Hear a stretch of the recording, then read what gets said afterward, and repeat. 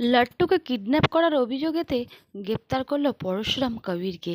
হ্যাঁ বন্ধুরা, পরশুরাম ধারাবাহিকে আজকের পর্বে দেখানো হয়েছে কর্ণা চ্যাটার্জি আরাধ্যা কবিরকে বলে, কবির তার স্ত্রী আরাধ্যাকে অপমান করতে থাকলে তখনই কর্ণা চ্যাটার্জি এসে বলে, তোমার স্ত্রী হন, তোমার স্ত্রীকে সম্মান দিতে শেখো। কবির বলে, ড্যাড তুমি বলছো? কর্ণা চ্যাটার্জি বলে, হ্যাঁ, তোমার মায়ের সঙ্গে হয়তো আমার ডিসপ্যারেন্স হয়ে গেছে, মতপার্থ ছিল, কিন্তু কখনোই আমি তাকে অসম্মান করিনি, এইরকম অসভ্যের মতো আচরণ আমি করিনি তার সঙ্গে। যদি পরস্পরকে ভালোবেসে থাকো তাহলে রেসপেক্ট দিতে শেখো। যে স্বামী স্ত্রীর মধ্যে কোনো শ্রদ্ধা নেই সেই সম্পর্ক কিন্তু কবির টেকে না। আরাধ্যা বলে, বাবা দেখুন না কবির কি বলছে, ও বলছে এই কার্ডটা নিয়ে গিয়ে আমি নাকি লাট্টুকে গিয়ে নিয়ে আসবো। কর্ণ চ্যাটার্জি বলে, হ্যাঁ তুমি তাই করবে। আরাধ্যা বলে, বাবা আপনি এ কথা বলছেন? কর্ণ চ্যাটার্জি বলে, হ্যাঁ, এছাড়া আর কোনো উপায় নেই, কিন্তু পদ্ধতিটা ভুল, সত্যি কোনো উপায় নেই। আপনি আমাকে অপরাধ করতে বলছেন, ক্রাইম করতে বলছেন। কর্ণ চ্যাটার্জি বলে, তোমার দিদির ছেলেকে তুমি জাস্ট স্কুল থেকে বের করে নিয়ে আসবে।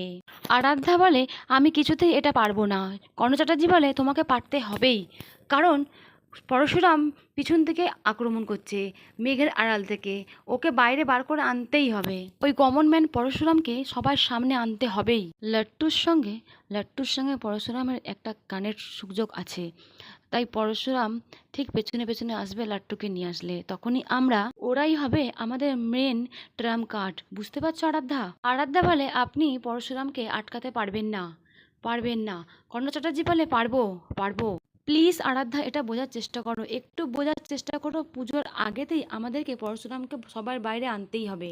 আরাধ্যা বলে, কিন্তু ছোটদি ভাই তো আনতে যাবে, আবার জামাইবাবুও আনতে যেতে পারে। কর্ণ চ্যাটার্জি বলে, ওদেরকে আমরা রাস্তার মাঝপথে আটকে দেবো, তখন তুমি ওখানে পৌঁছে যাবে, কার্ডটা দেখিয়ে লাট্টুকে বাইরে বের করে নিয়ে চলে আসবে। পরশুরাম নিজের অফিসে গব্বরকে ধরে রেখেছে। টটিনি বলে, তুমি কোথায়? পরশুরাম বলে, কেন? টটিনি বলে, একটা তো কোনো নিয়ম আছে, পুজোর আগেতে ওই বাড়িতে গিয়ে তত্ত্বগুলো দিয়ে আসতে হবে তো। পরশুরাম বলে, ওরা তোমাকে অপমান করবে, ওরা আমাকেও অপমান করবে, আমি ওদের বাড়িতে যাব না। টটিনি বলে, অপমান করুক না, আমরা তো গায়ে মাখবো না, আমাদের গন্ডারার চামড়া হয়ে গেছে, দুবেলা আমাদেরকে যে যা খুশি বলে যাচ্ছে। পরশুরাম বলে, না না, আমাদের গন্ডারার চামড়া হয়নি, ওদের গন্ডারের চামড়া হয়েছে। প্রেস মিডিয়া খবরে সবসময় ওদের কথাই বলা হচ্ছে, ওদেরই গন্ডারের চামড়া, আমাদের নয়। তখনই গব্বর পরশুরামের দিকে বড় বড় চোখ করে তাকিয়ে থাকে। রটিনি বলে, তোমার কি হয়েছে বলো তো? শিবপ্রসাদ বলে, কিচ্ছু হয়নি, তুমি একটা সামান্য মুখোশ পরিয়ে সব কিছু প্রমাণ করা যায় না। তিনি ওরকম একটা মুখোশ যে কোনো মানুষকে পরালেই তাকে পরশুরামের মতোই লাগবে। গব্বরের মাথায় বন্দুক ধরে আবারও গব্বরকে জিজ্ঞাসা করলো পরশুরাম, বল তোকে কে পাঠিয়েছে আর আমাকে মারার কে প্ল্যান করছে? গব্বর বলে দেয়, শীতল, কর্ণ চ্যাটার্জি ও জিৎ মুখার্জি, কবির চ্যাটার্জি, ওরা কিন্তু আপনাকে ছাড়বে না। শিবপ্রসাদ বলে, অবতারদের বিনাশ করতে জন্ম হয়েছে এই পরশুরাম কমন ম্যানের, এর সঙ্গে কে বা কারা যুক্ত আছে গব্বর সবই বলে দেয় পরশুরামকে। তবে কি পরশুরাম সবাইকে কোটে তুলবে? যদি এমনটাই আপনাদের কেমন লাগবে অতি অবশ্যই কমেন্ট করে জানাবেন।